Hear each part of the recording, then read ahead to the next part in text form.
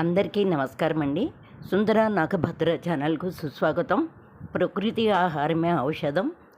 ఇప్పుడు వేసవి కాలము అంటే పచ్చళ్ళ సీజన్ కాబట్టి నేను ఆవకాయ పచ్చడి ఏ విధంగా చేస్తానో చూపిస్తానండి. అయితే ఈ ఆవకాయ పచ్చడి సరైన కొలతలతో చేసే చాలా బాగుంటుందండి. కొంచెం వేడివేడి అన్నంలో నెయ్యి వేసుకుని తిని చూడండి. నెయ్యి వేసుకోకుండా కూడా తిని చూడండి. ఈ పచ్చడి టేస్ట్ ఎలా ఉంటుందో చాలా బాగుంటుంది. అయితే ఆవకాయ పచ్చడి ఇంట్లో ఉంటే అన్ని కూరగాయలు ఇంట్లో ఉన్నట్టే లెక్కగా ఉంటుంది కదండి.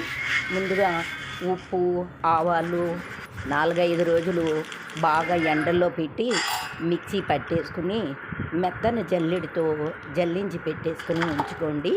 ఇవి రెడీ చేసి పెట్టేసుకున్న తర్వాత కారము అన్నీ రెడీ చేసుకోవాలి. ఈ కారం నేను గుంటూరు మిర్చి, బ్యాడిగ మిర్చి, బళ్ళారి, కొద్దిగా భద్రాచలం మిర్చి తీసుకున్నానండి. అలాగే మామిడికాయలు ఈసారి నేను తెల్ల గులాబీలు పట్టాలి అనుకున్నానండి. అందుకోసం తెల్ల గులాబీలు తెచ్చుకున్నాను. చిన్న రసాలు, సువర్ణరేఖ, కొత్తవల్లి కొబ్బరి, అలాగే నాటుకాయలు, ఇంకా చాలా రకాలు పట్టుకుంటారండి. కానీ నేను ఈసారి తెల్ల గులాబీలు పచ్చడి టేస్ట్ మీకు చూపించాలని ఈసారి తెచ్చానండి. కాయలన్నిటిని పొడిగుట్టతో తుడిచేసుకోవాలి. పాత్రలకి వీటికి చేతులకు కానీ అస్సలు తడి ఉండకూడదండి. తొడుగులన్నీ ఇలా తీసిన తర్వాత ముందుగా 4 ముక్కలు కొట్టించుకున్నాను. 4 ముక్కలు కట్టించుకుని నేను అక్కడికే స్పూన్ కానీ చాకు కానీ తీసుకెళ్ళిపోయి వాటికి జీడి ఉంటుంది కదండి, ఆ జీడిని తీసేసానండి. జీడి తీసేసిన తర్వాత మంచి కాయండి. జీడితో పాటు కొబ్బరి కూడా వచ్చేస్తుందండి. ఏమైనా కొంచెం ఉంటే మనం చాకుతో కానీ స్పూన్తో కానీ ఇట్లా కొబ్బరిని గీరేస్తే వచ్చేస్తుందండి. అయితే వీటిని 6 ముక్కలు కానీ 8 ముక్కలు కానీ మనకు నచ్చిన సైజులో ముక్కలు కొట్టించుకోవచ్చండి. ముక్కలన్నీ ఇలా కొట్టించేసిన తర్వాత ఇంటికి తీసుకొచ్చిన తర్వాత కూడా మంచి చల్లని పొడి బట్టతో మరొకసారి ముక్కలన్నీ తుడిచి కొంచెం గాలికి అట్లా ఆరనివ్వాలండి. అలా అని ఎండలో పెట్టద్దు. ఇప్పుడు నేను కాయల ముక్కలు 8 గ్లాసుల ముక్కలు అయినాయండి. అంటే 2 కేజీల ముక్కలండి. ఈ 2 కేజీల ముక్కలకి నేను కొలత చెప్తానండి. 1 కేజీకి 4 ముక్కలు అంటే 4 గ్లాసుల ముక్కలకి 1 గ్లాసు కారం అండి. కొద్ది గరిటగా ఆవు పిండి వేయాలి. ఏదైతే కొలత తీసుకున్నామో అదే కొలతలో సగానికి ఉప్పు వేయాలండి. మెంతులు 1 స్పూన్ వేసుకోవాలి. ఇది 4:1 అండి. ఉప్పు, ఆవాలు, కారము మంచివి తీసుకోవాలండి. క్వాలిటీవి తీసుకుంటేనే టేస్ట్ ఉంటాయి. అలాగే నువ్వుల నూనెతో పట్టుకుంటేనే బాగుంటుంది. పెద్ద గరిటెలతో 2 గరిటెలు మెంతులు తీసుకున్నానండి. అలా తీసుకుంటేనే బాగుంటుంది. 1 స్పూను పసుపు తీసుకున్నాను. కావాలంటే పసుపు ఇంకొంచెం వేసుకోండి, మరీ ఎక్కువ వేసుకున్నా బాగోదు. ఇది ఏఎస్ బ్రాండ్ వాళ్ళ పప్పు నూనె అని వాడతానండి. నేను ఎప్పుడు ఇదే పచ్చళ్ళగా పెడతాను. ముక్క గట్టిగా ఉంటుంది, పచ్చడి చెడిపోదు, రంగు మారదు అని చెప్పారండి. ఇది 1 గిన్నెలోకి వేసుకున్నాను.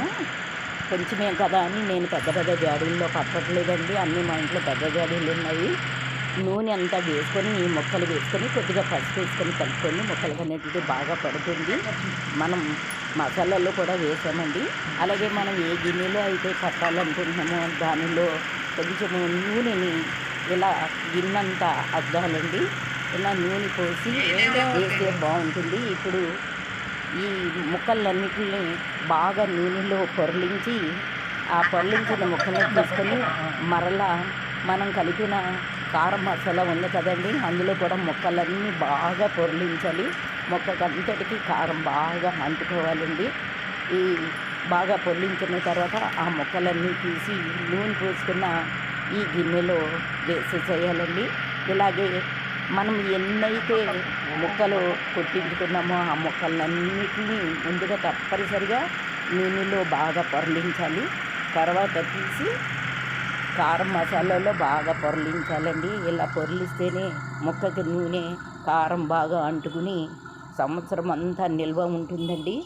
ఈ రోజుల్లో ఉండట్లేదు, కానీ అంత క్రితం అయితే 2వ సంవత్సరం దాకా కూడా పచ్చడి రంగు మారేది కాదండి, టేస్ట్ కూడా మారేది కాదండి. కాలాన్ని బట్టి మారిపోతుంది. ఇలాగే మొత్తం ముక్కలన్నీ వేసేసుకోవాలి. ఈ ముక్కలు పిల్లలు తింటారని ఉంచానండి. కొంచెం మీకు కావాల్సిన సైజులో పెట్టించుకోమని చెప్పాను కదా. ఈ మిగిలిన నూనె అంతటిని కారం అంతటిని పైన పోసేసి సర్దేసేయాలండి. అలాగే నేను వెల్లుల్లిపాయలు ఉపవాసం రోజున తింటాం కాబట్టి వెల్లుల్లిపాయలు అంతటిలోనూ వేయనండి. మీకు చూపించడం కోసం కొన్ని వెల్లుల్లిపాయ పచ్చడిని వేరేగా కలిపి చూపిస్తానండి. ఇది వేరే గిన్నెలో వేస్తాను, కొంచెం పక్కగా తీస్తున్నాను. అది వెల్లుల్లిపాయలు వేసుకోండి, మీ ఇష్టం అండి. నేను మాత్రం వేయలేదు. అలాగే కావాలంటే ఇంగు కూడా వేసుకోవచ్చండి, బాగుంటుంది. కానీ కొందరు ఆవకాయ పచ్చళ్ళలో ఇంగువ ఇష్టపడరండి, అందుకే వేయలేదు. కొద్ది చిన్న గిన్నెడు పచ్చడిలో వెల్లుల్లిపాయలు వేసాను, మూత పెట్టేసి ఉంచానండి. ఇది 3వ రోజు అండి. 3వ రోజుకి బాగా ఊరి నూనె బాగా తేలిందండి. గరిటెలు కానీ మన చేతులు కానీ బాగా డ్రైగా పెట్టుకోవాలండి. వస్తువులు కూడా కించెత్తు తడి ఉండకూడదండి. ఎండలో పెట్టిన తర్వాత మన చేతులు బాగా డ్రై అయిపోయిన తర్వాత మాత్రమే ముట్టుకోవాలండి. ఇది వెల్లుల్లిపాయ వేసిన ఆవకాయ పచ్చడి అండి. కొంచెం కలిపి ఒక ముద్ద తిన్న తర్వాత రుచి ఎలా ఉందో చెప్తానండి. ఇలా కలిపితే చాలా బాగుందండి. నెయ్యి వేయలేదండి, నెయ్యి వేసే ఉప్పు కారాలు టేస్ట్ తెలియదని. కానీ ఉప్పు కారాలన్నీ మేము కొంచెం తక్కువగానే తింటాం కాబట్టి నాకు సరిపోయిందండి. 3వ రోజు మీకు ఏమన్నా సరిపోకపోతే కొంచెం ఒక స్పూన్ కానీ, లేదు అంటారా ఒక 20-30 ml కానీ మీకు కావాలంటే కలుపుకోండి. ఇది వెల్లుల్లిపాయ వేసిన పచ్చడండి. ఇది కూడా కలిపి చూపిస్తాను, కానీ టేస్ట్ అయితే చాలా బాగుందండి.